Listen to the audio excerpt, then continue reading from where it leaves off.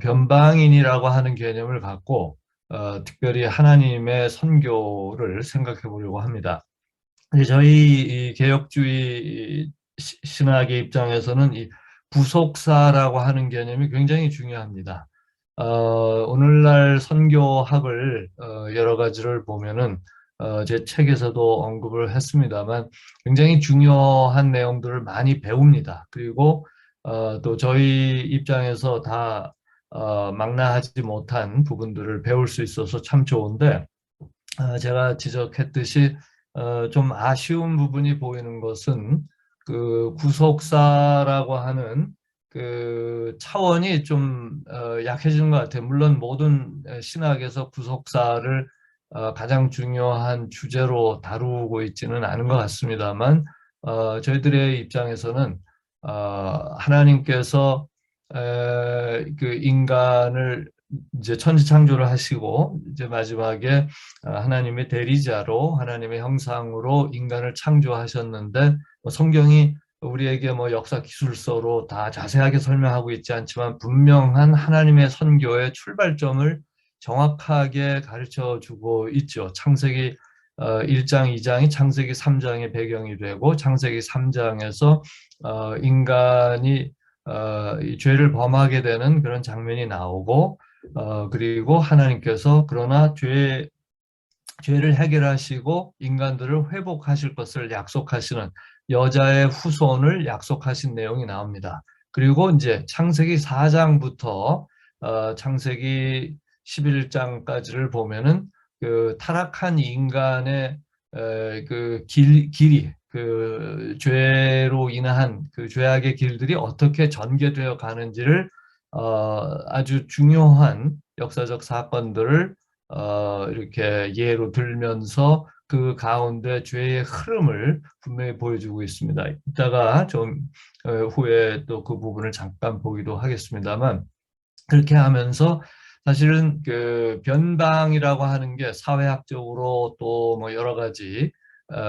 문화인류학적으로 또 뭐 신학적으로도 다뤄지는 개념인데 사실은 그 변방인이라고 하는 그 개념은 여러 가지 각도에서 저희들이 생각해 볼 수 있겠습니다만 이미 성경에 인간 사회의 변방성, 그 이제 변방이 되는 그 과정과 그로 인한 결과를 우리가 변방성, 영어로 하면 이제 변방에는 margins라고 얘기를 하고 변방성은 marginality라고 얘기할 수 있겠는데 그 marginality, 그 변방성의 내용이 이미 성경에 나오고 있는 것을 보게 됩니다. 뭐 나중에 좀 더 자세히 성경 말씀을 보면서 저희들이 생각해 보겠습니다만 그러면서 이제 하나님께서 구속의 약속을 하신 것이 구체적으로 역사 속에서 이루어져 가는 장면을 우리가 창세기 12장에서부터 보게 되죠.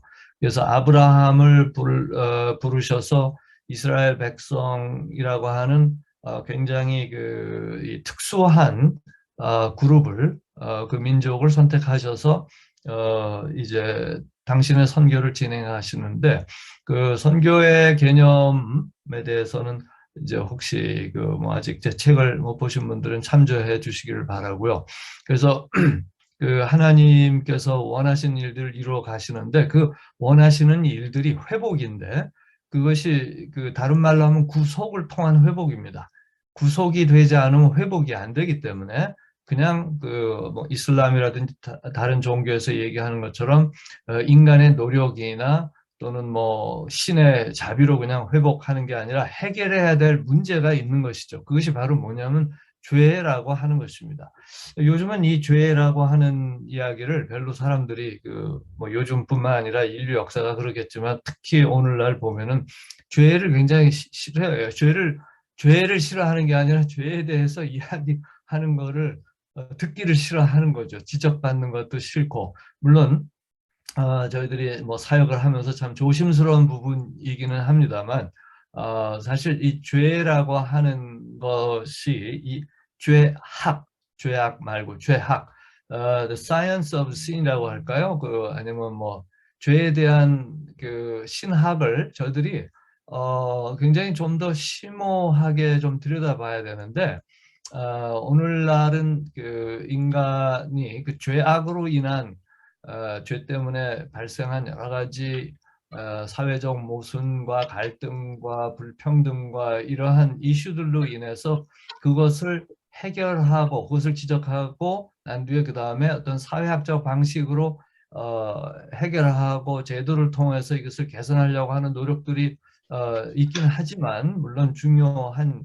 부분이죠. 그러나 그 근본인 뿌리에 대한 이야기는 이 사람들이 싫어하죠. 싫어하고 또 그 죄의 결과, 또 죄라고 하는 것도 상대적인 개념으로 이 사회에서는 이해되기 때문에 죄에 대한 이해는 다 있지만 이 죄의 잣대를 정하는 것은 또 뭐 지역마다 사회마다 문화마다 종교마다 다른데, 이제 그렇게 다르지만 죄에 대한 어떤 개념이 있는 이 인류에게 성경적인 절대적인 기준을 갖고 그 절대적 가치를 갖고 죄를 이야기한다는 것은 정말 힘든 일인 것을 저희들이 경험을 합니다. 그래서 이 죄의 문제를 다루시는 분이 이제 하나님이고, 구속이라고 하는 거는 이 죄의 문제가 해결돼서 이 죄에 대한 하나님의 그 심판이죠. 그 부분이 해소된 이후에 회복될 것을 약속하시는 것인데, 그것이 이제 창세기 3장에서부터 시작돼서 쭉 흘러서 이스라엘 백성을 통하여 전 세계의 선교적인 백성으로 불러주셔서 계속 메시지를 보내면서 돌아올 것을 요청하시는 하나님의 그 선교, 그것을 우리는 이제 구속사적 관점에서 보는 선교로 이해하는 것이죠. 그래서 그 구속을 약속하신 대로 여자의 후손인 예수 그리스도께서 오셨고, 신의 아들이, 하나님의 아들 성자께서 성육신하셔서 실제로 오셨는데 그 요한복음 1장에 있는 말씀처럼 세상은 그를 뭐 이해도 못하고 어둠에 빛이 비치는 것으로 묘사하고 있지 않습니까? 그러니까 이 세상은 죄악된 세상이죠. 그리고 구속의 길은 빛으로, 빛이 이제 깜깜한 데는 어디로 갈지를 모르는데 빛이 비춰져야 그 빛을 보고 갈 길을 이제 보고 빛을 쫓아가는 거 아니겠습니까? 그래서 빛으로 오셨는데 너무 어두움에 사람들이 익숙하다 보니까 그 빛이 싫은 거예요. 그래서 오히려 그 빛을 없애버리려고 이제 십자가에 완전히 그 처형을 했을 때, 그 예수님을 처형했을 때 성경에 기록된 대로 완전히 깜깜해졌잖아요. 완전히 그 어둠이 다시 돌아온 그 내용을 보게 됩니다. 그러나 부활을 통하여 빛이 승리하는 내용을 성경은 우리에게 기록하고 있습니다. 그래서 결국은 하나님의 구속사적인 그런 그 흐름이 승리하는 것을 저들이 이제 보면서 이것을 이제 전파하는 거죠. 그래서 저의 전파를 통해, 즉 복음을 전하는 것을 통해서 계속해서 하나님의 구속사의 진행을 저희들은 보고 있고, 오늘 그러한 시대에 저희들이 살고 있습니다. 그래서 이 선교하면은 이제 제가 참 그 아쉽게 생각하는 게, 선교사로 오랫동안 현장에 있으면서 종종 놓치는 게 뭐냐면 선교를 단순히 선한 일로만 생각을 자기도 모르게 할 수 있다는 것입니다. 그래서 불쌍하고 가난하고 여러 가지로 억눌리고 억압되고 참 그런 사람들에게 다가가는 거. 결국 이제 오늘도 이제 그런 얘기를 드릴 텐데, 제가 이 앞에 서론적으로 이 말씀을 드리는 거는 우리가 하는 선한 일들이, 선교적인 예수의 이름으로 냉수 한 그릇을 이렇게 베푸는 그런 모든 선함이 사실은 선함 자체의 의미가 있는 것이 아니라 그 선함을 베푸는 그 소스, 그 출처, 그 근거, 그것이 무엇이냐가 굉장히 더 중요하다고 하는 것입니다. 예수님께서 소경을 고쳐주셨을 때, 눈을 떴을 때 성경이 보여주는 거는 예수님이 그것을 했다. 그것도 중요하지만 예수님이시니까 그것을 하실 수 있었지만 그것을 하시고 또 벙어리의 입을 열어서 말을 하게 하시고 또 듣지 못한 사람들을 듣게 하신 그런 이적, 그 이적 자체를 보여주기 위해서 성경이 기록된 게 아니라 그것을 통하여 무엇이 회복되었는가, 무엇이 구속되었는가, 그것이 더 중요하다라고 하는 것입니다. 그래서 성경의 복음서에 나와 있는 그런 이적 사건들이 우리에게 보여주는 궁극적인 것은 뭐냐면은 성경은 계시의 책이잖아요. 하나님의 말씀, 하나님이 누구신지를 우리에게 보여주는 하나님의 그 계시의 책, 하나님의 말씀이지 않습니까? 그래서 눈을 뜬 사람은 그 기적을 통하여 누구를 보았습니까? 예수 그리스도를 보았습니다. 이 귀가 열린 사람은 누구의 음성을 들었습니까? 예수 그리스도의 음성을 들었습니다. 입을 연 사람은 감사합니다, 찬양합니다. 그걸 인사를 할 거 아니에요? 이 말을 열었으니까 당연히 감사합니다, 뭐 할렐루야, 고맙습니다 라고 얘기를 할 텐데 그 대상이 바로 누구냐면 자기를 그렇게 해준 그 하나님의 아들이시라는 거죠. 그래서 성경은 그 보여주는 게 회복, 구속을 통한 회복, 하나님이 타치하시고 용서하시고 그래서 회복된 그 결과로서 결국은 예수 그리스도를 좇는 그러한 내용들이 복음서에 계속 나오고 그 연장이 이제 그 신약 성경에서 계속해서 흘러오는 것을 보게 됩니다. 그래서 이 선교에 있어서 굉장히 중요한 것은 예수 그리스도께로의 인격적인 회복입니다.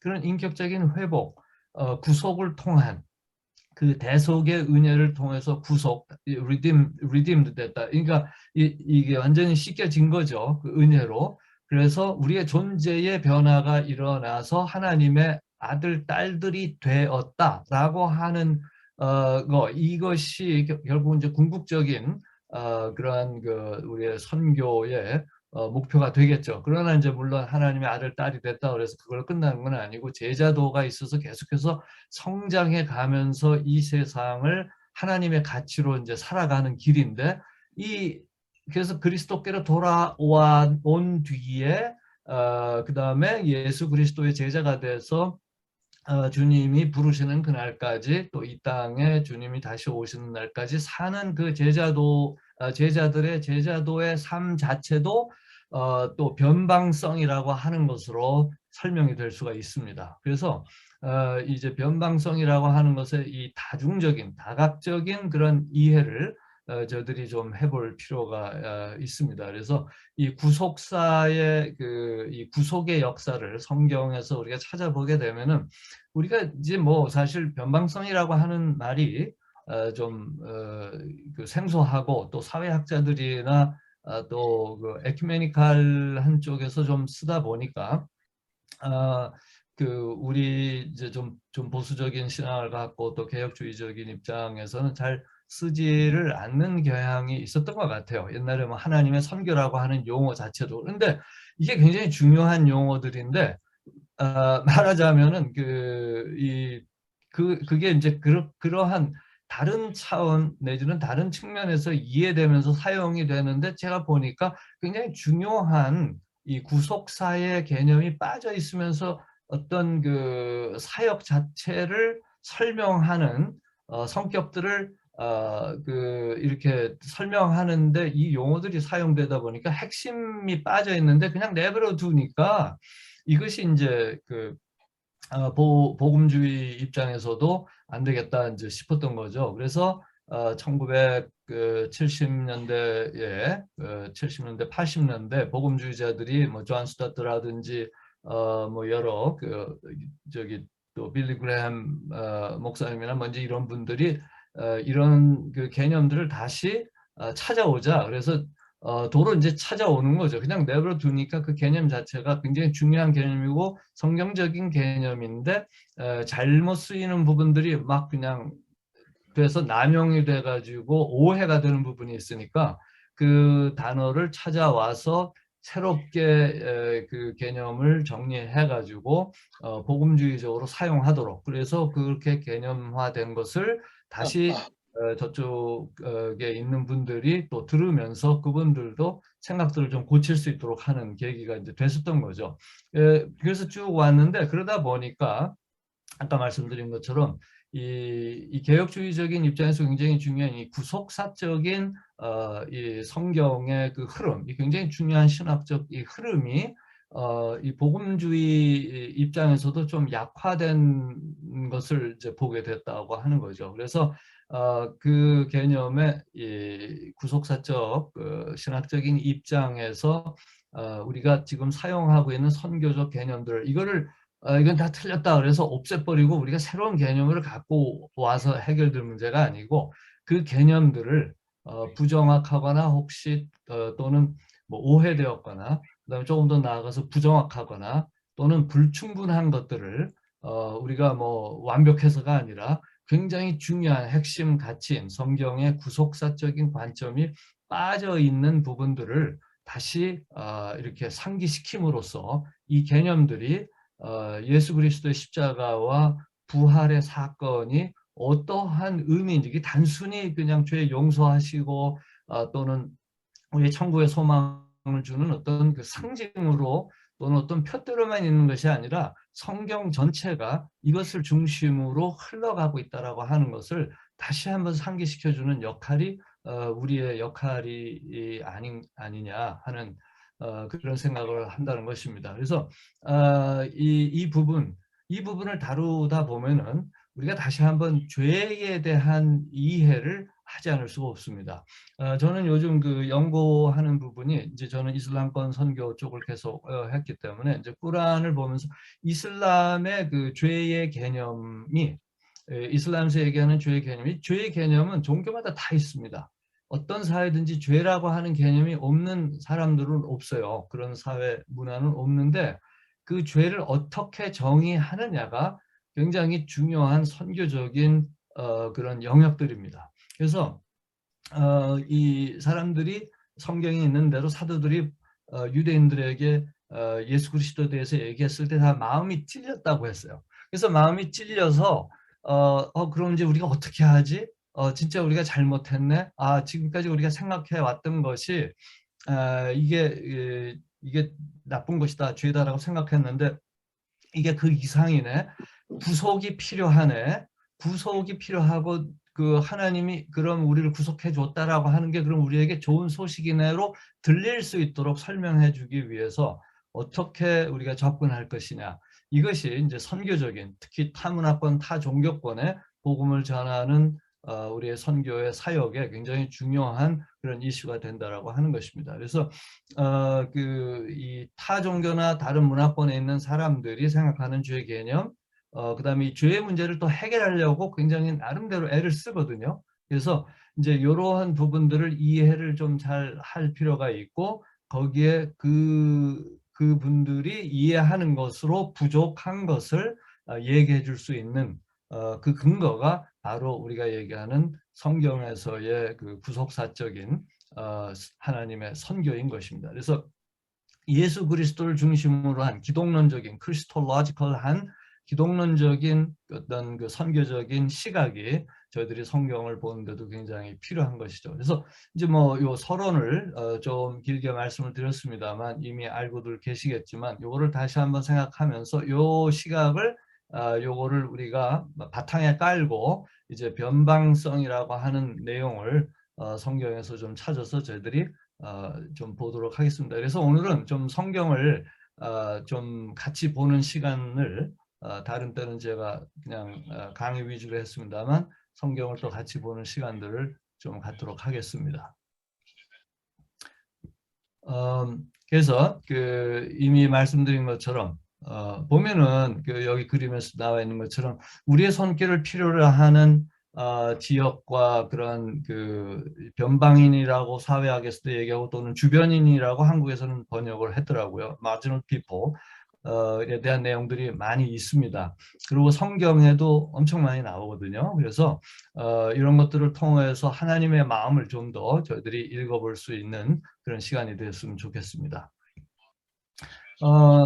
그래서 일단은 이 변방인 또는 주변인이라고도 번역되는 people on the margins of society의 그거를 좀 한번 일단은 사회학 차원에서는 이제 소외되고 사회 부조리나 저기 불이한 그런 사회의 현상에 의해서 불공정하고 여러 가지 편파적이고 뭐 한국에 와서 가장 많이 들었던 이야기 중에 하나가 이제 갑질이라고 하는 얘기를 많이 들었는데 사람들이 힘을 얻어가지고 그냥 뭔가 이 집 복음이 들어가면 한이 풀려야 되는데 한이 풀리지가 않아가지고 한이 맺혀가지고 그냥 어떻게 해서든지 위로 올라가가지고 힘을 갖고 그러면 힘을 가지면은 그 힘을 갖고 좀 자기 같았던 사람들 옛날에 자기와 같은 사람들을 좀 섬기고 그래야 되는데 인간이 그러지를 못하잖아요. 그걸 갖고서 이제 이 올챙이적 생각을 잊어버린 개구리처럼 그냥 그걸 갖고 이제 남을 다스리고 지배하려고 하고 힘을 과시하려고 그러고 처음부터 자기가 잘난 것처럼 그냥 그렇게 하는 걸 이제 그걸 갑질 그냥 갑에는 갈 수가 있는데 그 갑을 갖고 아직도 미성숙하게 자기 힘을 과시하고 막 그러는 걸 갑질이라고 그러지 않습니까? 그래서 이제 그렇게 해서 갑질로 인해서 변방인들은 계속 또 생기는 거죠. 그래서 사회학에서 얘기하는 그러한 부분들도 우리가 뭐 이렇게 눈여겨보면서 듣게 되는데 그러한 현상은 창세기 4장부터 시작된 인류의 역사의 흐름이죠.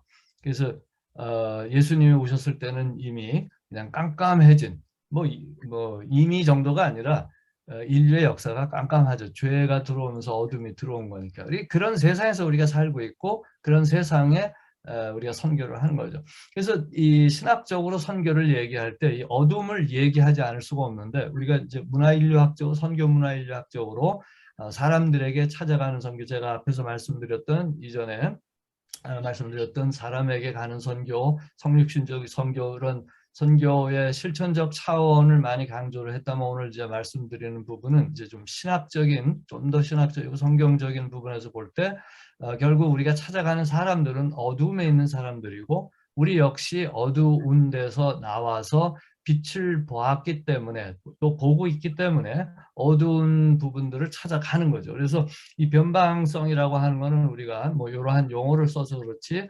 실제로 어둠의 세상 또 그 어둠과 부조리와 또 이로 인한 죄악의 결과로 형성된 사회 구조에서 이 소외되고 도외시된 그런 사람들에게 주님의 마음으로 그 가장 낮은 자리까지 찾아가는 어떤 그런 하나님의 선교의 부분들을 저희들이 이제 이야기하게 되는 것입니다. 그래서 일단 사회학적인 차원에서 이제 그러한 그 변방인에 대한 이야기들을 이제 이야기하게 되는데 본 강에서는 뭐 시간상으로도 많은 이야기를 하기는 어렵고 해서 이제 그 정도 말씀을 드리고 이제 오늘 제가 변방인이라고 하는 것을 일단 문화 인류학적인 차원에서 정의를 일단 하고 그다음에 계속해서 선교학적 차원에서의 변방인의 개념들과 그 의미들을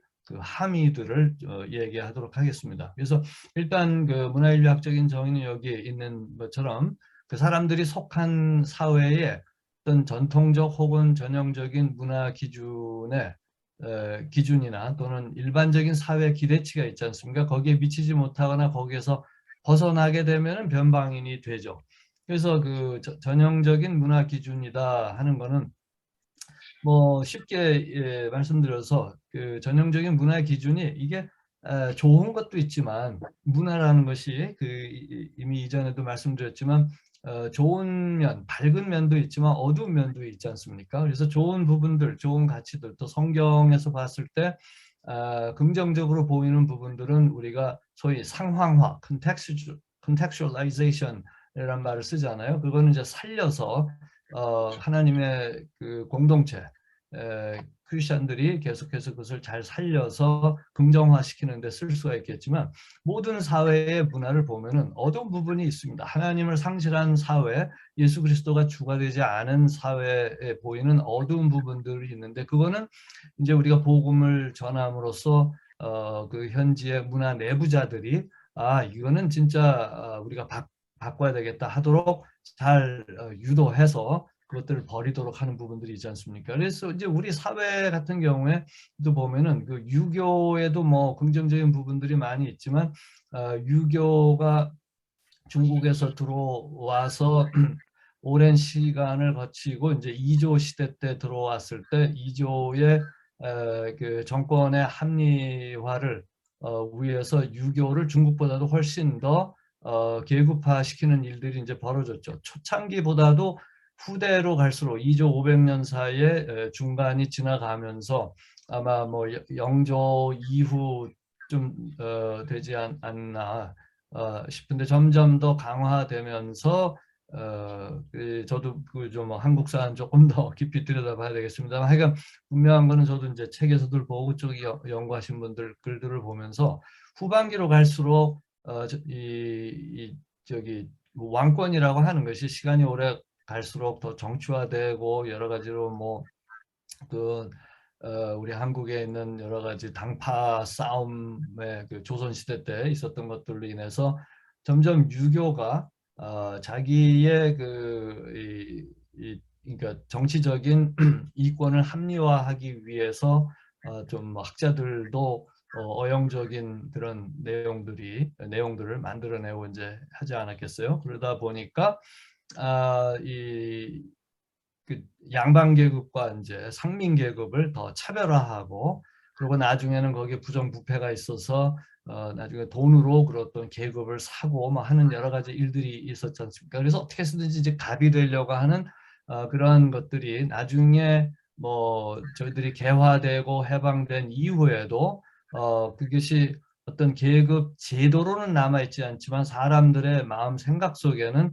어떤 계급에 대한 추구함이 하도 그냥 오래 있다 보니까 몇백 년을 그걸 하다 보니까 DNA 속에 좀 남아 있었나 보죠. 그러다 보니까 자꾸 뭐 꼭 유교가 아니라도 인류 역사가 그렇습니다만 어떻게 쓰든지 남보다 더 우월한 자리에 있고 힘을 가지고 그렇게 하려고 또 도전을 막아내려고 하는 이 창세기 3장에서 그 아담과 하와가 서로 사랑하다가 죄가 들어오자마자 네 탓이요, 뭐 남의 탓이요, 뱀 탓이요 이렇게 책임 전가를 하면서 자기를 극심하게 보호하려고 하는 어떤 죄악의 한 성질이 들어온 것이 인류 역사 속에 계속해서 남아오면서 그러한 것들을 우리가 보는 거 아니겠습니까? 지금 있는 전쟁들도 그렇고 사회 경쟁성도 그렇고 이게 도저히 하나님께서 원하시는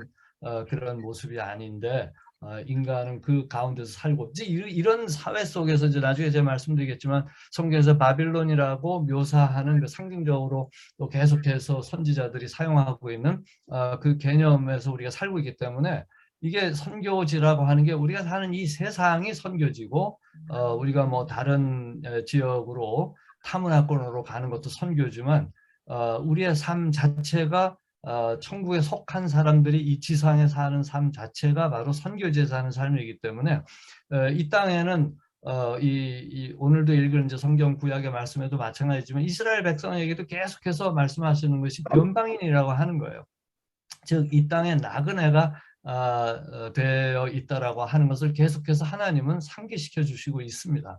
그러니까 그런데도 인간의 죄악이 얼마나 무서운지를 우리가 이스라엘 백성들을 통해서 보지 않습니까? 구약에 끊임없이 그럼에도 불구하고 이 땅에 이웃 나라처럼 되고 싶어하는 그래서 이 이스라엘 백성들이 여호와를 안 믿은 적이 없어요.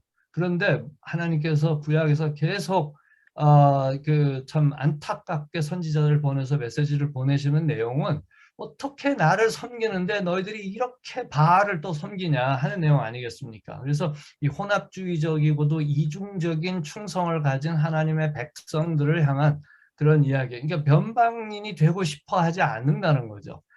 이 주변인이 되고 싶어 하지 않고 항상 중앙으로 들어가고 싶은 인류의 그 욕망, 그 죄성, 이것을 계속해서 끊임없이 지적하시는 하나님의 메시지인 것을 보게 됩니다.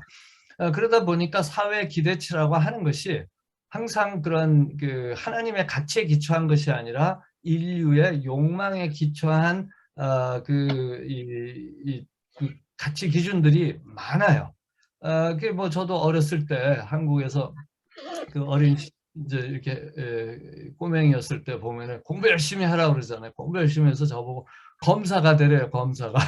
요즘 한국 사회가 검사 뭐 다들 그렇게 해서 검사들을 많이 해서 뭐 어떻게 됐는지 모르겠는데 제가 어렸을 때 검사가 돼서 저도 검사가 돼서 엄마의 복수를 할 거야. 뭐 이런 생각을 하면서 공부를 열심히 했어요. 이게 이 공부를 열심히 하고 공부를 또 뭐 좀 공부할 머리를 또 하나님이 좀 주셔서 또 공부는 다행히 했습니다만 이게 보면은 제 인생 뭐 짧은 인생 60여 년의 생을 이렇게 좀 돌아봐도 야, 참 뭔가 뭐 한매 쳤다, 욕심 뭐 이런 걸로 묘사될 수 있는 영역들이 더 많았다라고 하는 것이죠.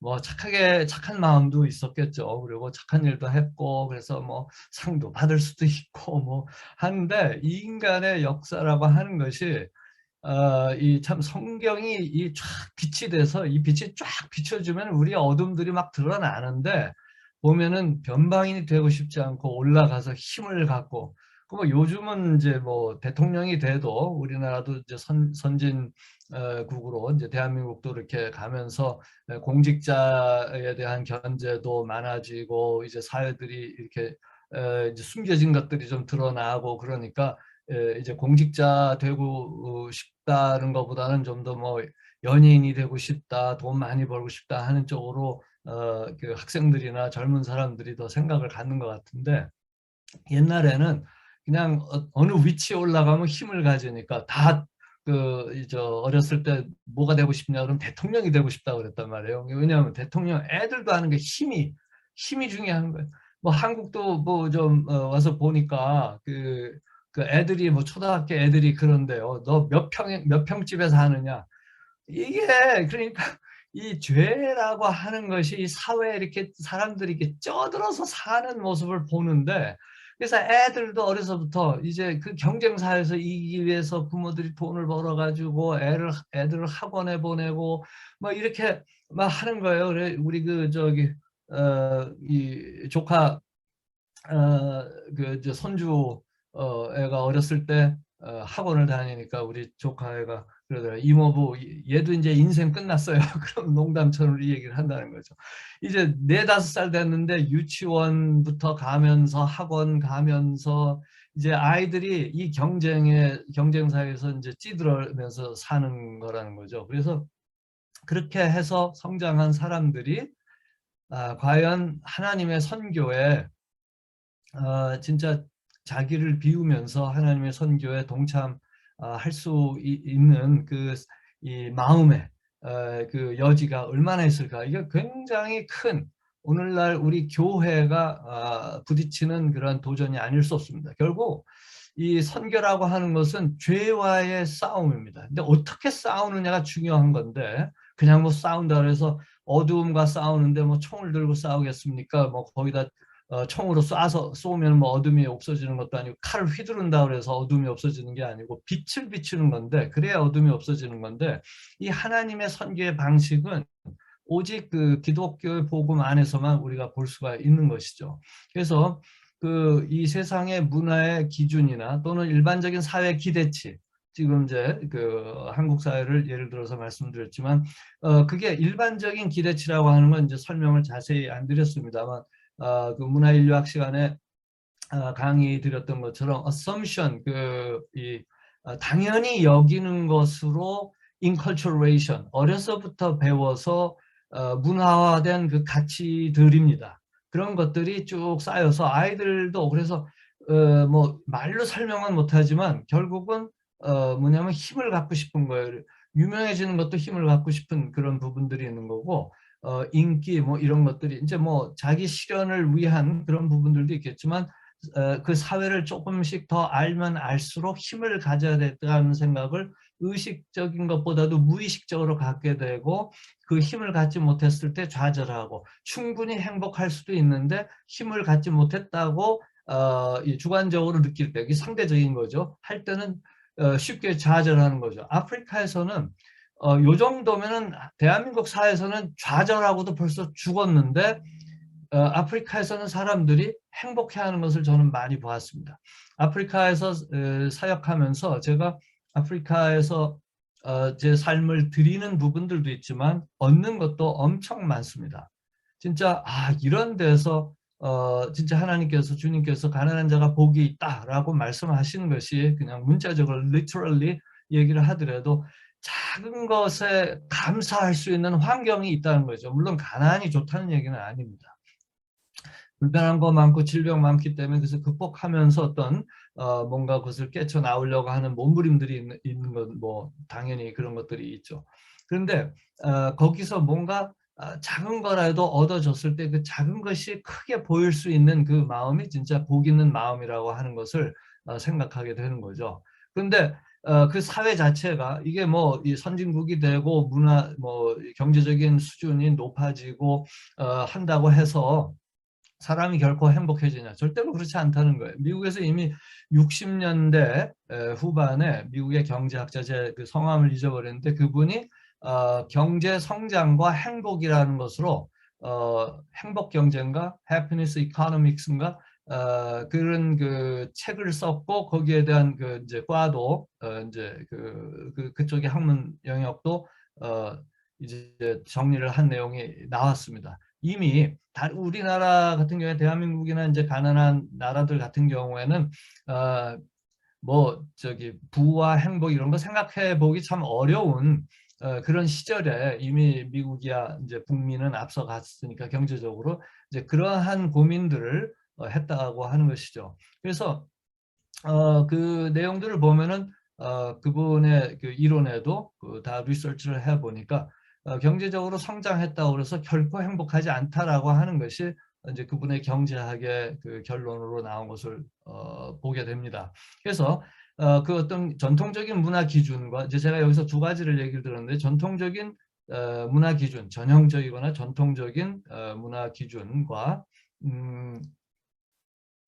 여기에 이제 제가 트래디셔널보다는 컨벤셔널이라는 말을 썼어야 되는데 제가 좀 에러가 났네요. 일반적인 사회 기대치, 그것이 이제 인컬처레이션, 지난번에 말씀드렸는데 기억하실지 모르겠습니다만, 문화화되면서 얻어진 그 사회의 그 가치들, 이제 그런 것들이 있어요. 거기는 좋은 것도 있죠. 좋은 거, 그 사회 이제 모범적인 그 시민으로서 이렇게 살아야 되는 긍정적인 도덕적인 그런 부분들도 있습니다. 어두운 부분만 있는 것은 아니죠. 제가 지금 이제 여러 가지 경쟁성의 그 부정적인 영역들을 얘기했지만, 또 긍정적인 부분, 사회 선한 기대치 같은 것들이 있어요. 하여간 어쨌든 여기에 미치지 못하거나 거기서 벗어난 사람들을 변방인이라고 우리가 문화인류학적으로 정의할 수가 있습니다.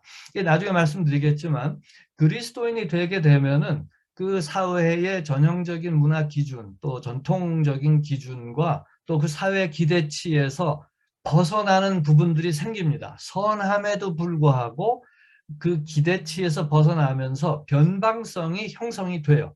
근데 성경을 보면은 하나님께서, 하나님 자신이 그런 의미에서는 변방인 같이, 이 바벨론에는 하나님이 변방인이 돼요.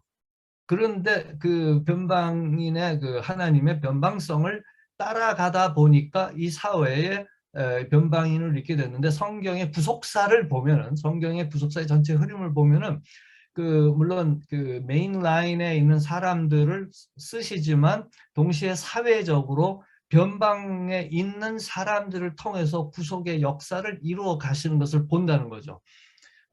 우리는 이런 부분을 이제 좀 착안을 해야 될 부분이 있는데, 우리가 오늘날 예를 들어가지고 아프리카가 경제적인 변방 대륙이고 뭐 정치적으로 여러 가지로 열악한 부분들이 있는 것을 보지 않습니까? 그러다 보니까 사회 전체 그 기준, 이제 세계 전체의 어떤 그 바람직한 기준을 보통 서구 사회로 우리가 잡는데, 서구 사회를 이제 기준으로 놓고 봤을 때 경제적이나 여러 가지 선진형 뭐 이런 것들을 놓고, 또 인권 뭐 이런 차원에서 뭐 이렇게 일반적인 얘기입니다. 일반적으로 이렇게 놓고 봤을 때 아프리카는 변방인데, 보면은 이 복음이 증거되고 복음을 받아들이는 흡수력이 오히려 거기가 더 높아요. 그리고 옛날에 복음을 받아들였던 사회들이 경제적으로 보통 이제 그 얘기하는 것이 3만 불 이상이 넘어간다 그러면 그 다음부터 이제 전도하는 것이 어려워지고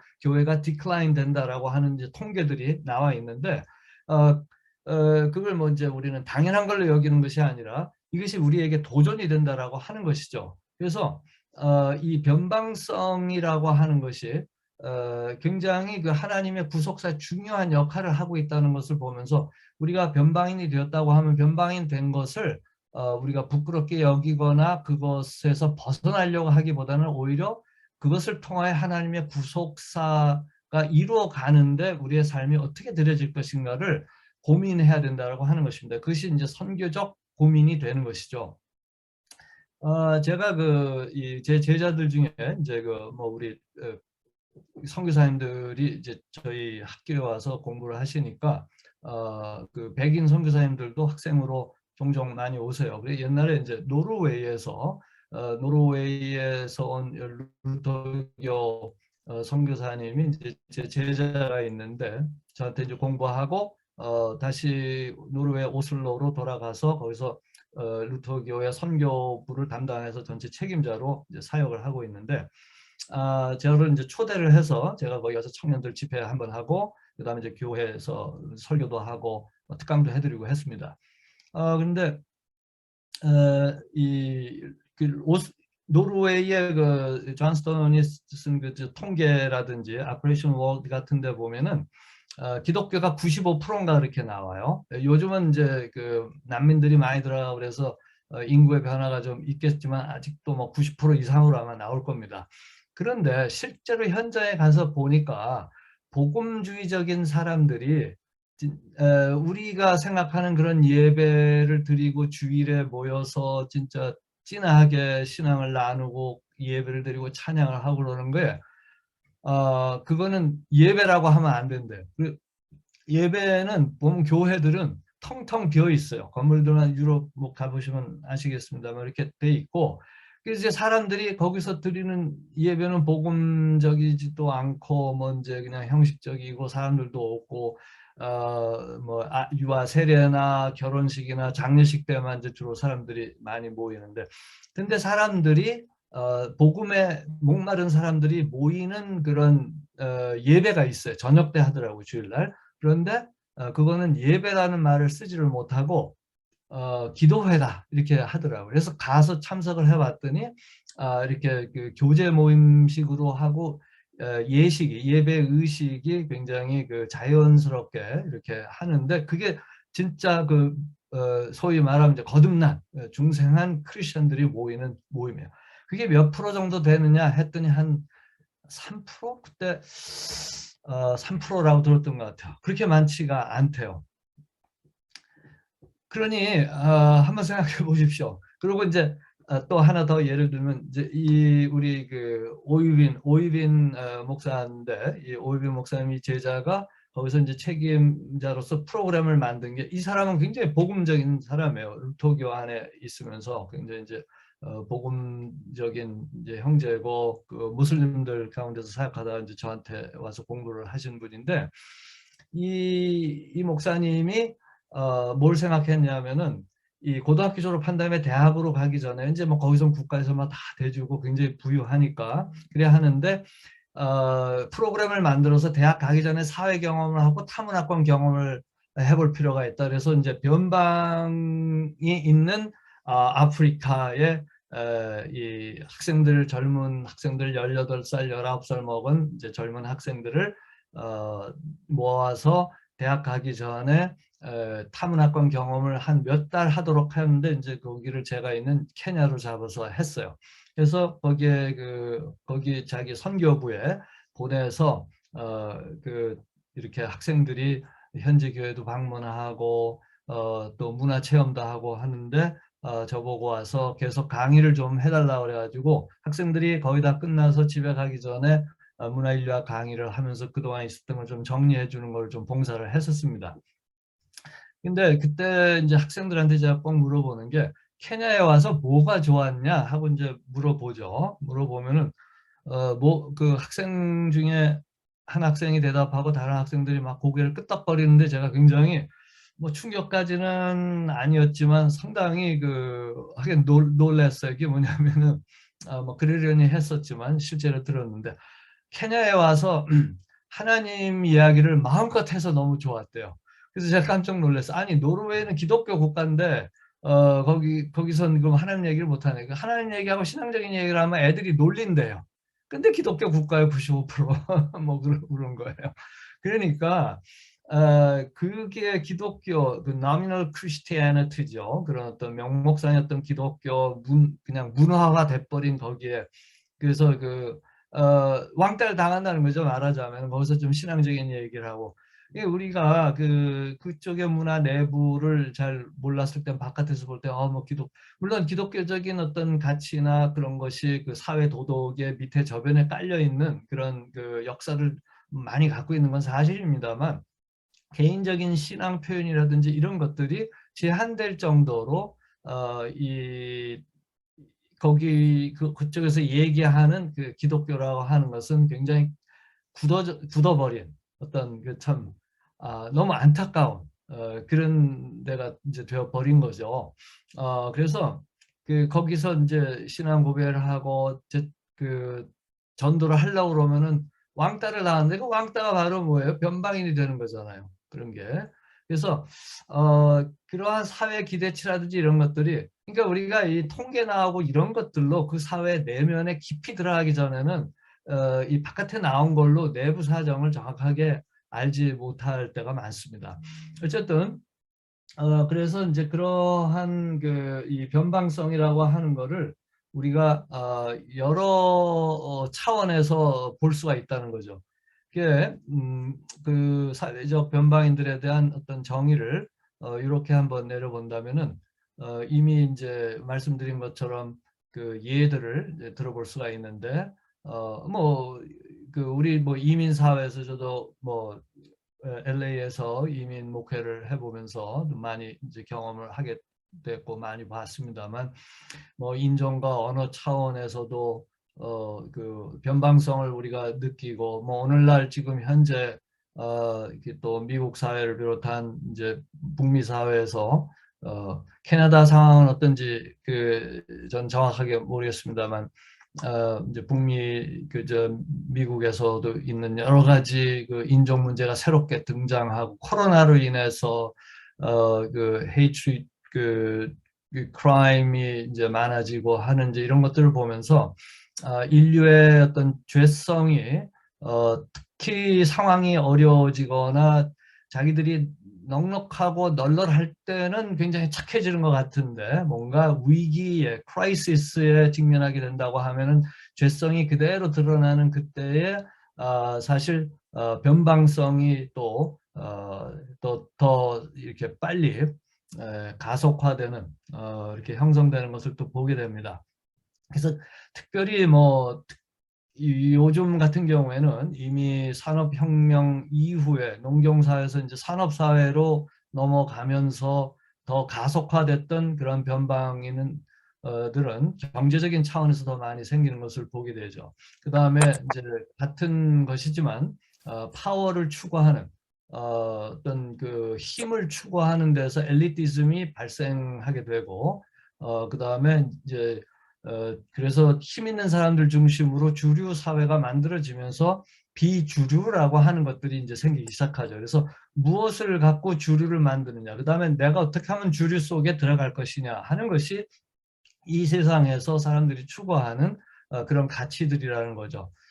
그런데 이런 것들에 대해서 우리가 그 그리스도인으로서 어떻게 살 것이냐 하는 것이 선교적인 이슈고 서구 사회가 제가 지난번에도 문화인류학에서도 이제 지적을 했습니다만 서구가 서구 선교사님들이죠. 19세기 특별히 20세기 중반까지 선교사들이 서구 교회에서 계속해서 많이 비서구 사회로 가는데, 비서구 사회가 가난하고 문화적으로도 이렇게 열등하게 여겨지는 그런 때였죠. 그러다가 독립들을 하고, 식민에서 독립을 하고 20세기 중후반에 들어서면서 이제 소위 그 비서구 사회가 뭐 대한민국을 포함해서 경제적으로 성장하면서 국제적인 어떤 보이스들을 갖게 되고, 유엔을 통해서 아프리카 국가들도 한 표를 가지면서 뭔가 힘을 갖게 되니까 이제 점점점 뭐 이 불공평, 불평등 뭐 이런 것들이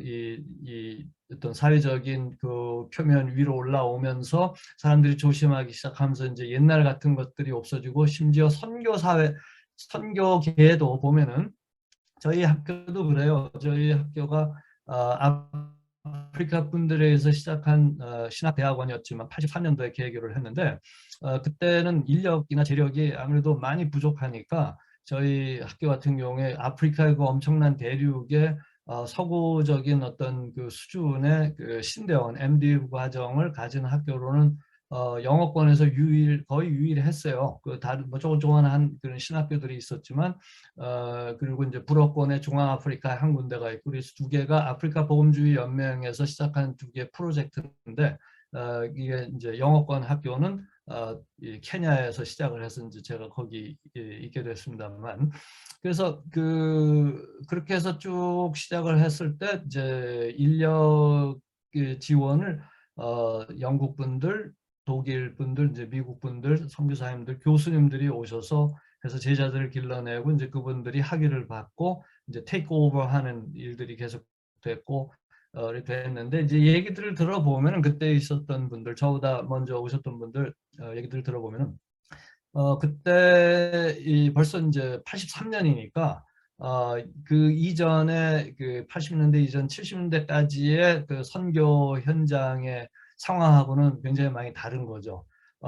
이 함부로 아프리카 또는 영어로 이제 아프리칸스 이거 못한다는 거예요. 못했대요. 그거를 얘기하면 소원 수리서 같은 걸 써가지고 학생들이 데모를 하고 이제 그렇게 하는 거죠. 어떻게 당신들이 우리를 이렇게 이 말하자면 깔보냐, 얕보아서 그런 말을 썼냐 그래가지고 용어에 조심하라고 이제 저보고도 초창기에 갔을 때 20년 전에 이제 그런 얘기도 좀 이렇게 좀 조심해서 잘 얘기를 해야 된다는 얘기도 이제 좀 직간접적으로 들었습니다. 그래서 세상이 이제 바뀌면서 이제 변방인의 개념도 조금씩 이제 바뀌어지는데, 변방으로 있었다가 이제 수면 위로 올라오면서 생긴 어떤 갈등들이 사실은 선교지에서도 1970년대에 많이 있었습니다. 여러 군데에서. 그래서 모라토리엄, 선교 모라토리엄이라고 하는 걸 들어보셨을 텐데, 1970년대 특별히 케냐에서 그 케냐의 장로 교단의 리더 중에 한 분이 이제 그 모라토리엄을 외치면서 이분들이 이제 이야기하는 뭐 여러 가지 내용들이 있지만, 제가 옆에서 측면에서 이렇게 바라봤을 때는 힘이 아직도 서구 선교회의 선교사들에게 있다라고 판단됐을 때 그 힘을 갖고 싶은 거죠. 근데 너무도 당연한 거예요. 그래서 리더십 이양의 문제인데, 사실은 이 서구 교회가 아프리카에서 개척을 하면서 선교적인 그 선교사들의 힘이 로컬에 개척한 교회보다 더 많았던 거죠. 그래서 이 리더십을 어떻게 이양하느냐, 이양이냐 아니면은 처음부터 그 리더십을 어디다 줄 것이냐, 이런 것들이 한참 논의됐던 것이 1970년대 이후입니다. 80년대, 지금 21세기잖아요. 21세기에서는 지금은 전 세계적으로 개척해서 이양한다라고 하는 얘기가 일단은 서구 선교에서는 거의 없어졌어요. 그 역사 때문에. 이제 우리 한인이라든지 이제 우리 한국교회는 서구의 모델을 따서 선교를 하다 보니까 개척해서 이양한다라고 하는데, 이거 굉장히 조심스러운 부분이에요, 사실은. 그래서 선교학적으로 깊이 들여다보고 과거 역사를 보면서 우리가 어떠한 위치를 가져야 될 것인가, 우리가 선교를 할 때, 그러니까 선교사라고 얘기할 때 제가 이제 선교사지 않습니까? 선교사가 어떤 갑의 위치에 있는 것은 있어요. 왜냐하면 제가 저쪽에서 교수를 하고 또 오랫동안 교수하고 뭐 거기서 보직을 갖고 있기 때문에 현지 분들과 마찬가지로 저도 어떤 그 리더십의 위치에 있다 보니까 갑의 위치에 있어요. 그런데 또 happen to be 외국인이란 말이에요. 그래서 어떤 그러한 것들이 있고 또 이제 뭐 경제적으로 아무래도 로컬보다 그 에버리지가 평균이 높다 보니까 여러 가지 면에서 갑인데 그러면 자칫 잘못하면 갑질하는 것이 될 수가 있는 그런 위험한 위치에도 있다라고 하는 거죠. 그런데 하나님은 갑질을 통해서는 일을 안 하세요. 뭐 그걸 다 뭐 합력하여 선을 결국은 이루시는 하나님의 주권의 영역이기 때문에 구체적으로 하나님이 이렇게 하신다 저렇게 하신다 얘기는 못하지만 하나님이 사용하시는 그 복음적인 도구는 이 성경을 들여다보면은 변방에 있는 사람들이었다는 것을 우리가 이렇게 면밀히 살펴보면 보게 된다는 거죠. 이제 그런 부분들을 오늘 이제 살펴보려고 하는 건데, 그래서 이 변방의 개념이 사실은 선교학적으로 주는 그 굉장히 중요한 내용들이 있습니다. 그래서 요거는 단순히 이론적인 내용이 아니라 실천적인 부분이기 때문에 이게 또 이렇게 우리의 삶을 한번 돌아보는 그런 것이 이제 필요한 영역입니다. 그래서 이제 변방 이제 말씀을 이제 쭉 드렸는데 그 변방에는 이제 구분하는 것이 하지만 그 매우 주관적이고 이제 상대적인 거니까 아까 말씀드렸습니다만 이제 인종과 언어가 같아도 그 사회가 전통적으로 갖는 차별의식 때문에 변방성이 형성될 수 있는 것도 있고 그래서 이게 어느 각도에서 어떤 포지션에서 보느냐에 따라서 변방이 될 수도 있고 뭐 아닐 수도 있고 여기서는 변방성인데 저기로 가면은 뭐 아니고 뭐 그럴 수가 있는 거죠. 그 예를 들면은 그 저희 이 케냐에 저희 동료 교수가 이제 미국에서 한 25년 살다가 왔어요. 미국 대학에서 교수도 하다가 온 형제인데 이제 저희 나이 또래 분인데 그 케냐로 이제 다시 돌아왔어요. 그래서 제가 물어봤어요. 왜 돌아왔냐? 그랬더니 특히 그 미국의 동부에서 있다가 왔는데 이 미국도 보면은 이 아프로 아메리칸 있는 분들하고 또 아프리카에서 최근에 뭐 유학 오거나 이민 온 사람들하고 문화가 달라요. 굉장히 달라서 또 같이 잘 어울리지 못해요. 최근에 뭐 유학이나 또는 이민 온 분들은 백인들하고 좀 더 잘 어울리는 것 같아요. 본인들이 저한테도 그렇게 얘기를 해주고, 이제 아프리카에 이미 이제 수백 년 아프리카에서 이제 노예 후예로 와가지고 이제 미국 사람으로 오랫동안 정착한 분들이 받는 그래서 형성된 문화하고 아프리카에서 와서 미국의 주류 사회라고 본인들이 생각하는 백인 문화 속에 더 근접해서 가려고 하는 이제 그런 분들을 하고 그런 것들을 이제 보게 되는데 이제 그런 분들 중에 하나였는데 그 미국 대학에서 교수로 있으면서 나름대로 이제 차별을 많이 받고 어려움이 많이 있었던 것 같아요. 그래서 자기도 나이 뭐 이분은 뭐 20대 때 그 미국에 유학을 갔으니까 이미 인컬처레이션 그 문화 과정이 아프리카적으로 다 됐기 때문에 아프리카의 전통적인 개념과 가치를 갖고 미국에 유학을 가서 미국에 정착해서 이제 오랫동안 산 사람인데 그러다 보니까 아프리카에 본인이 중요하게 여기고 꼭 필요하고 옳다고 믿는 거하고 미국의 이제 백인 주류의 사회하고 잘 맞지를 않으니까 거기서 늘 소외감을 느끼면서 변방인으로 오래 산 거에 이제 본인 얘기가 피곤해서 결국은 내가 아프리카로 돌아왔다. 그래서 근데 그것도 하나님이 참 그 모든 걸 참 합력해서 선을 이루시는 부분을 보게 되는 게 그래서 부부가 다 이제 PhD를 받고 케냐에 와서 뭐 부인은 이제 의과 쪽이기 때문에 병원을 시작을 하고 이분은 저희 학교에서 교수를 하면서 자기들의 인컴을 갖고 선교 사역을 시작했어요. 그래서 자기 부족과 부족과 그 인근 부족의 후미진 그 변방인들에게 교회 개척을 하면서 교단을 하나 설립해서 지금까지 이제 살면서 이제 선교에 대해서 저에게도 얘기를 좀 듣고 이제 뭐 배운다고 그러고 이제 그렇게 하면서 저희들이 같은 동료로서 교제를 하고 있습니다. 그래서 그런 거 보면은 여기서는 주류고 베푸는 사람이기 때문에 변방이 아닌데 저쪽에서는 똑같은 사람이고 똑같은 그 재능과 열정을 갖고 있는데 저쪽에서는 변방인으로 사는 거예요. 그래서 제가 말씀드리려고 하는 것은 변방인을 정의할 때 그것이 갖는 주관성과 이제 상대성 그거를 말씀을 드리는 겁니다. 그래서 미국 사회도 마찬가지지 않습니까? 뭐 우리 한인 사회도 마찬가지고 그 주류 사회에서 이렇게 이 메인 라인에 있다고 했는데 예수를 믿으면서 그 사회 가치를 같이 추구하지 않고 그것이 이제 점점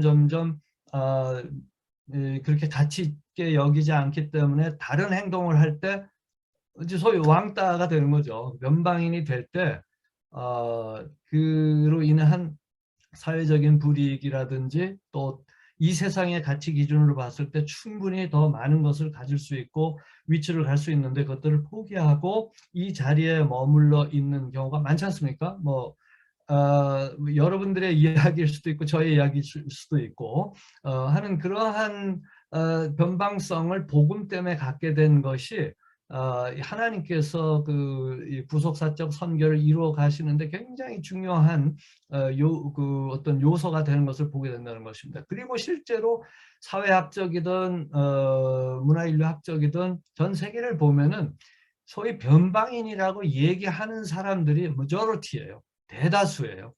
그리고 그들에게 복음을 전할 때 가난한 자에게 복음을 전한다라는 얘기가 단순히 경제적으로 가난한만의 의미가 아니라 저는 좀 더 선교학적으로 들여다볼 때 그 이 가난해질 수밖에 없는 낮아진 사람들이 더 많은데 우리가 만일 그 중심으로만 가려고 하고 갑으로만 가려고 하면은 주님이 관심을 갖는 이 대부분의 변방에 있는 사람들을 우리가 볼 수가 보지 못할 수 있다는 것입니다. 그리고 누구든지 그것이 이제 뭐 사회적인 약자든 강자든 예수 그리스도의 복음을 갖게 되면은 그래서 그리스도를 따르는 제자들이 되게 될 때 닥칠 수 있는 어떤 여러 가지 변방성을 우리가 염두에 둬야 되죠.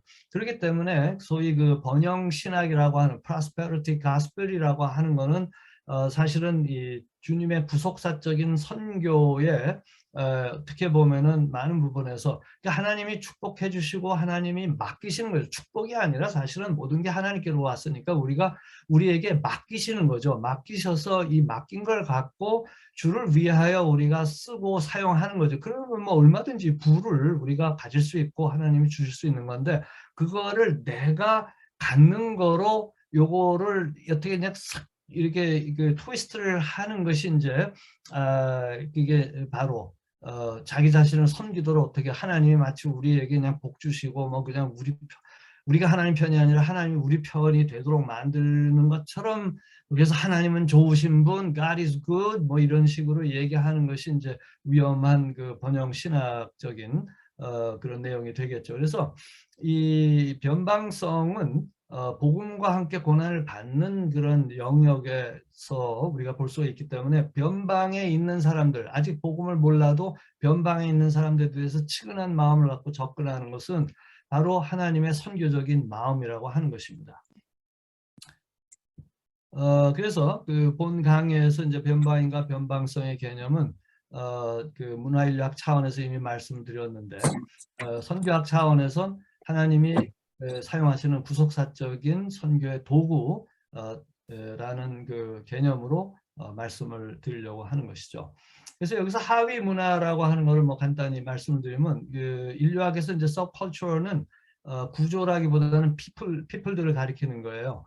그래서 여기 이제 뭐 그림에도 나와 있듯이 어떤 그 큰 사회가 있으면 뭐 여러 그 인종들이 있잖아요. 뭐 캘리포니아만 해도 뭐 거의 뭐 200개 될 겁니다. 그 민족이 뭐 코리안도 있고 자파니스도 있고 이라니안도 있고 뭐 코케이션도 있을 테고, 뭐 멕시칸, 뭐 히스패닉들, 뭐 여러 종의 차이니스 많이 있잖아요. 이게 뭐 어마어마하게 많은데 그런 것을 이제 하위 문화로 보는 거죠. 하나의 이제 그 여러 종류의 하위 문화들을 가리킬 수 있습니다. 그래서 경제적으로도 하위 문화를 우리가 뭐 이렇게 구성해 볼 수 있고, 뭐 또 기술 문화 차원에서도 볼 수 있고, 연령별로도 볼 수 있고, 이렇게 그룹으로 묶으면은 인류학에서는 이제 그것을 하위 문화라고 이제 부르는데, 그래서 변방인도 하나의 하위 문화로 그 사회 메인 라인에서 이렇게 그 메인 라인에 들어가지 못하는, 여러 가지 이유로 들어가지 못해서 형성된 사람들이 여러 종류의 사람들의 그룹들이 있을 수가 있죠. 그것을 이제 하위 문화라고 보기 때문에 변방에는 하나의 하위 문화 개념으로 우리가 생각을 그냥 이 중립적으로 생각할 수 있는데, 이제 그 아까 말씀드린 것처럼 여러 가지 이유에서 이제 선교학 차원에서 그럼 하나님께서 찾으셨던 그 변방인들은 어떤 사람들이고, 나는 어떤 면에서 변방인이 되온 것일까? 그리고 내가 찾아가야 될 변방인들은 어떤 사람들일까 하는 것을 선교적으로 생각해 봤으면 좋겠다고 하는 것입니다. 그래서 그 성경의 변방인들과 또 그 변방성 개념과 하나님의 선교를 한번 살펴보도록 하겠습니다. 그러면 이제 구약 성경에서 보면은 뭐 그 나온 것들을 한번 좀 찾아보면은, 뭐 같이 성경을 좀 읽어본다면은 이런 부분들을 일단은 모세오경에서 볼 수가 있겠습니다. 나중에 아브라함에 대한 얘기는 좀 더 말씀을 드리겠습니다만, 출애굽기 12장 뭐 48절 그 이하 뭐 잠깐 그 성경 있으시면은 같이 한번 좀 보시죠. 출애굽기 12장 보면 출애굽한 바로 뒤에 아니겠습니까? 거기에 보면은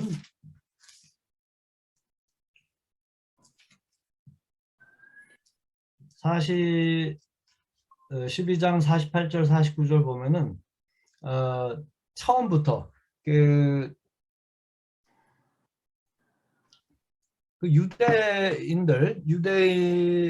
유대인들이 그 제가 그 가끔 이제 랍비가 강의하는 내용들을 이 구약 성경 모세오경을 어떻게들 이해를 하는가 이분들이. 그래서 좀 유튜브는 요즘 뭐 다 있으니까 가서 좀 들여다 보면은 역시 이제 해석학적인 문제고, 이 해석학은 또 본인의 경험들이 굉장히 중요한데, 그 신약 성경의 바리새인들이 가졌던 그 뭐 바리새인들은 위선자의 대명사인데, 그게 아니고 제가 말씀드린 건 신학적인 해석학적인 입장인데, 바리새인들이 가졌던 해석학적인 입장을 그대로 고수하는 것 같아요. 그래서 굉장히 이거를 민족적으로 해석하려고 하는, 자민족 중심주의, 에스노센트릭하게 자민족 중심적으로 해석하는 것을 보게 됩니다. 그런데 보면은 이 이스라엘 백성은 하나님의 도구지, 선민이라고 그래가지고 특별히 뭐 여러분들도 잘 아시겠습니다만 더 뭐 이렇게 하나님의 은혜로 탁월해진 부분들이 많지만, 한번 생각해 보십시오. 우리가 너무 잘 알고 있는 건데, 하나님께서 이스라엘 백성들을 어디서 불러내셨습니까? 변방 중에 변방입니다. 애굽의 노예들로 수백 년을 산 사람들이에요. 수백 년을. 그 언도가 하여간 그쪽으로 이주해서 출애굽할 때까지가 한 430년 정도로 이야기를 뭐 하지 않습니까? 그래서 수백 년이잖아요. 그러면 이 DNA 속에 노예 근성도 생겼을 테고, 이 세상을 바라보는 이 관점이, 문화적 그 세계관의 그런 관점이 이게 긍정적이지 않죠. 그냥 체념하고서 사는 사람들이에요. 변방이에요. 그러니까 심리적으로도 변방이에요. 그런데 하필이면 하나님께서 애굽같이 이미 창성하고 강력한 민족을 통해서 전 세계를 복음화 뭐 하신다든지 그러지 않고, 하여간 그 우리가 다 이해는 못하지만 우리 생각에는 힘의 원리를 아직도 우리가 갖고 있기 때문에, 하나님이 이렇게 하시면 잘하실 텐데 뭐 이렇게 하나님한테 훈수 두는 생각을 할 때가 많아요. 그런데 성경을 보면은 우리의 생각하고 다 거꾸로 하는 게 많습니다. 그래서 보면은 하필이면은 이 노예로 수백 년 동안 살았던 사람들에게 찾아가시는데 그게 하나님의 선교예요. 그래서 하나님은 알면 알수록 어렵지만 따라가면 영적인 영광스러움과 감격이 있는 거죠. 이게 세상에서는 경험할 수 없는, 어떤 종교로도 경험될 수가 없는 영적인 영역이잖아요. 십자가 때문에. 그리고 그분의 부활의 그 능력이 우리 안에 이제 덧입혀졌을 때 이제 경험할 수 있는 부분이지 않습니까? 이렇게 보면은 이 출애굽기에서도 보면은 이스라엘 백성을 선택을 해서 나오는데 이 안에 이미 누가 있느냐면 48절 보면 너희와 함께 거류하는 타국인이 있어요. 즉 타민족이에요.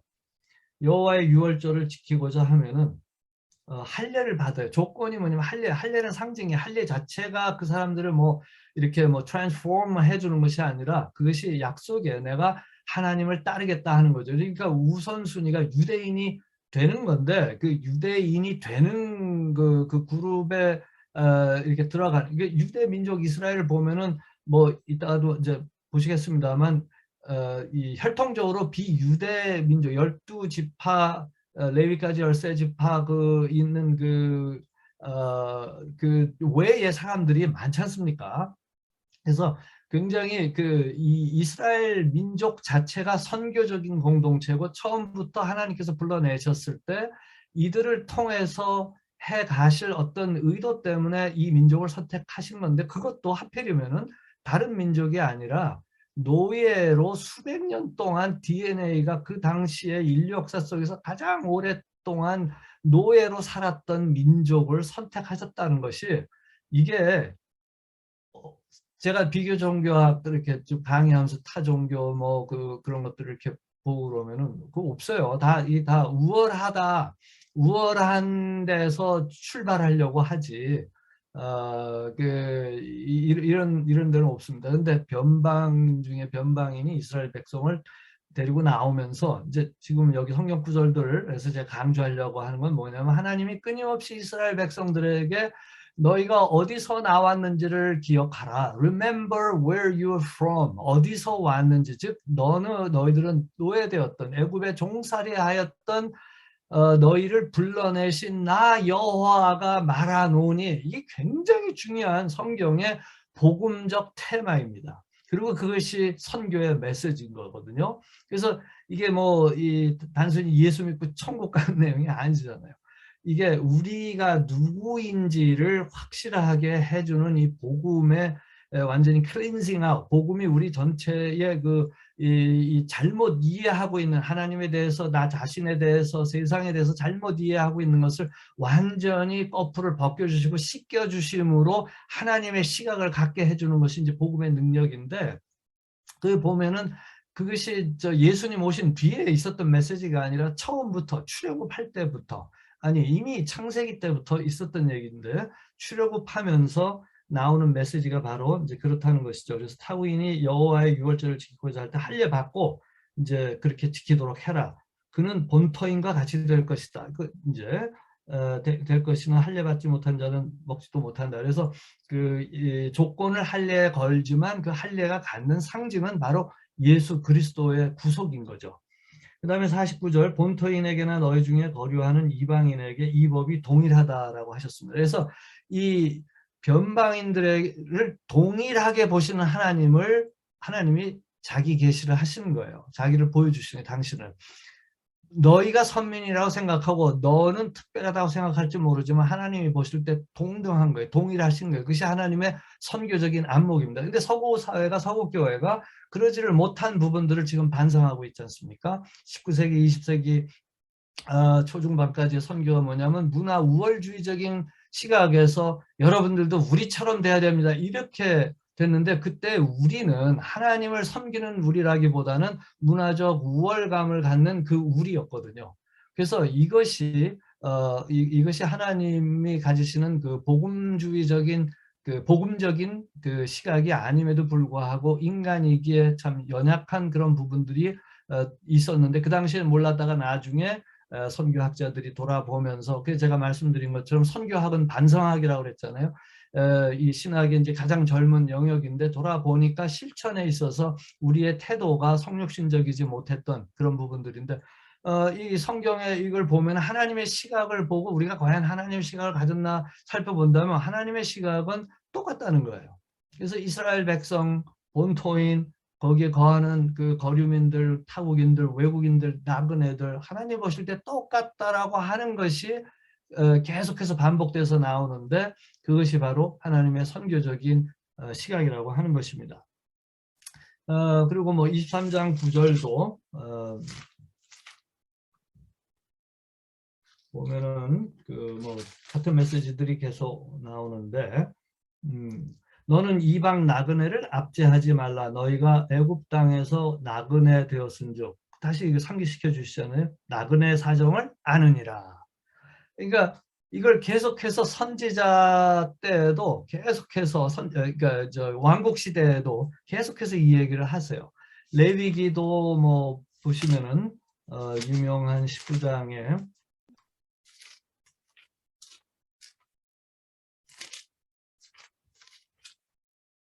19장 9절 10절도 보면은 너희가 너희 땅에서 곡식을 거둘 때 너는 밭 모퉁이까지 다 거두지 말고 내 떨어진 이삭도 줍지 말며 네 포도원의 열매를 다 따지도 말며 네 포도원에 떨어진 열매도 줍지 말고 가난한 사람과 거류민을 위하여 버려두라. 나는 너희의 하나님 여호와이니라.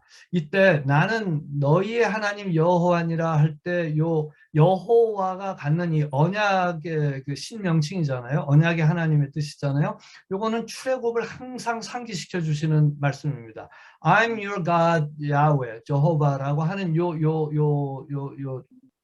이건 단순히 종교적인 어떤 뭐라 그러나 후렴이 아니고 그 어떤 클리체가 아니고 이거는 이걸 얘기하는 이게 하나님의 자기 계시예요. 당신의 계시면서 이스라엘 백성이 누구인지를 상기시켜주는 구절입니다. I am your God 했을 때.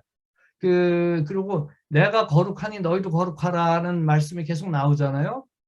그것도 나 여호와가 거룩하다. 여호와의 이 신명칭은 선교적 하나님의 언약의 하나님인데 언약의 하나님은 하나님의 구속을 약속하신 그 언약의 하나님이라고 하는 뜻입니다. 단순히 그냥 약속을 하시는 하나님이란 뭐 약속하시고 기도하다가 말씀 받으면 약속했으니까 약속을 주시는 그 차원이 아니라 예수 그리스도를 통하여 인류를 구속하시는 그 하나님, 그 여호와 하나님, 애굽에서 그 선교적인 도구로 이스라엘 백성들을 끄집어내신 그 하나님, 그러므로 그 백성들은 어떤 하나님이 끄집어내셨는지 구원해 내셨는지를 기억해야 되고 동시에 자기가 어떠한 사명으로 삶으로 구원을 받았는지 구속을 입었는지 출애굽을 했는지를 늘 기억을 하면서 살아야 된다라고 하는 것이죠.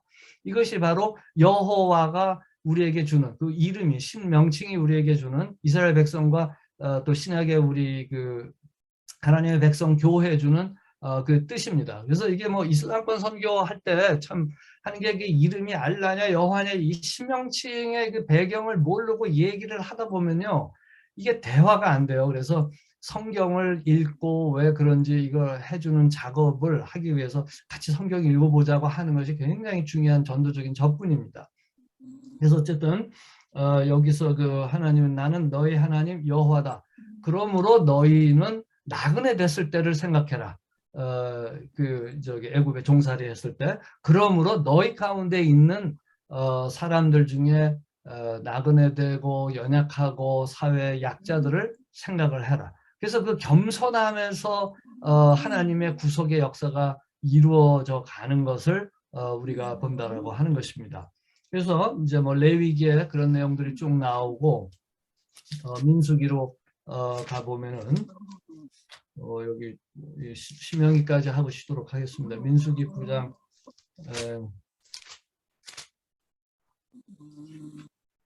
14절 한번 이게 대면을 하면은 여러분들이 찾아서 같이 읽어주시면 좋을 텐데 그냥 시간상 제가 그냥 찾아서 읽겠습니다. 민수기 9장 14절에도 보면 계속해서 이 모세오경에 계속해서 각 책마다 나오잖아요.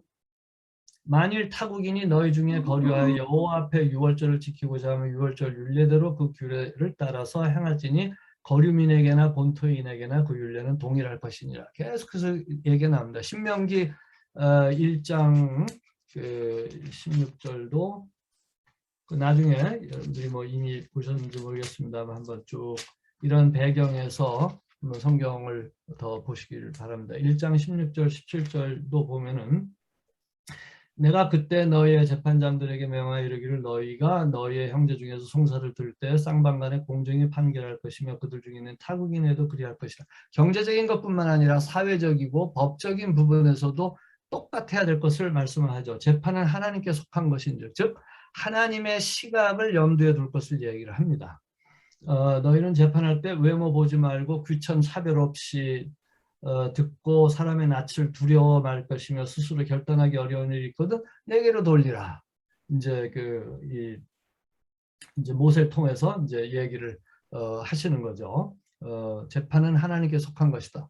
그래서 이 이제 모세 같은 이제 리더십이 굉장히 중요한 거지만 하나님 중심으로 공평하게 공정하게 해야 될 것을 얘기하는데 그 대상이 변방인에게까지도 미치는 것을 우리가 보게 되는 거죠. 그래서 쭉 맨 마지막 24장만 하나 더 보겠습니다. 24장 14절 22절 보면은 공궁하고 비난한 품꾼은 너희 형제든지 네 땅 성문 안에 우거하는 객이든지 그를 학대하지 말며 그 품삯을 당일에 주고 해진 후에까지 미루지 말라. 이는 그가 가난함으로 그 품삯을 간절히 바람이라. 그가 너를 여호와께 호소하지 않게 하라. 그렇지 않으면 그것이 네게 죄가 될 것임이니라.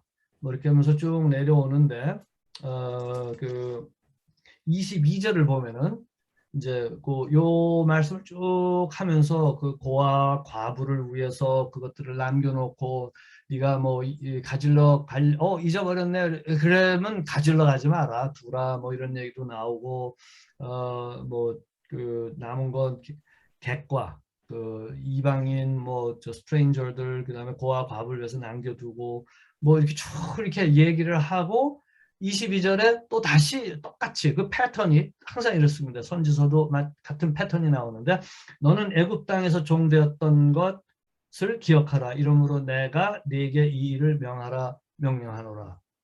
나는 너의 여호와 하나님이다. 라는 그 패턴도 나오고 그것과 같은 그 플립 사이드, 그 디어더 사이드로 그 또 얘기하는 거는 너희가 누구인지를 기억하라는 얘기죠. 애굽 땅에서 종되었던 것을 기억하라. 그래서 이게 굉장히 중요한 이 그 하나님의 선교적인 접근의 중요한 원리인 것이죠. 그래서 사실은 어떤 우월감에서 접근하는 것이 아니라 감사함을 기억함으로써 접근하는 것이 선교의 굉장히 중요한 자세이며 심지어 전략까지 됩니다. 실제로 그러한 접근을 했을 때 결국은 감동이 있는 것이고 설득력이 있게 되는 거죠. 자, 이제 아프리카에서 이제 저 같은 경우에 사역을 하면서 그 열등감이 제가 아프리카 분들을 보면은 이스라엘 백성이 400년 이상 그렇게 노예 생활을 했던 것처럼 아프리카도 포르투갈 사람들이 16, 17세기에 들어와 가지고 지금까지 그 카톨릭이 포르투갈이 들어와서 점령하고 그 다음에 아랍 사람들이 들어오고 그 다음에 개신교 쪽에 그 유럽의 그 개신교를 표방하는 열강들이 들어와가지고 정치적인 지배를 하고 또 거기에 모든 자원들을 빼가고 한 역사가 400년이에요. 그래서 제가 이렇게 아프리카를 보면은 이스라엘 백성들을 보는 것 같아요. 지금까지 이제 독립한 이후에도 경제적으로 지금은 요즘 이제 중국한테 지금 많이 이제 돈이 필요하니까 또 부정부패가 됐으니까 이제 누가 차관을 해준다 엄청난 걸 보내준다 그러니까 이제 우리 아프리카 대통령들이 사인을 했단 말이에요. 근데 이제 벌써 뭐 불과 뭐 10년 정도밖에 안 됐는데 이제 문제가 터지는 게 지금 뭐 코로나 그다음에 우크라이나 전쟁으로 인해 가지고 지금 뭐 미국의 이제 그 금리도 올라가면서 이 달러 값이 이제 그 강해지면서 뭐 지금 난리가 났지 않습니까? 뭐 기름값 올라가고 아프리카는 지금 식량난이 지금 이제 심각해지고 밀을 다 저 우크라이나 같은 데서 수입하는데 못 하니까 막 이렇게 되는데 또 이자가 올라가는데 이걸 못 갚는다고요. 못 갚으니까 이 중국 사람들이 뭘 본 거냐면은 이제 우리 시 대통령 저분이 이제 그걸 봤을 거라고 저는 그 전에 그거를 좀 생각을 했었는데 우리 아프리카 분들이 그걸 미처 못 본 것 같은 게 이게 안 되면은요 그 계약 조항이 뭐냐면 그럼 본인들이 관리한다는 거예요.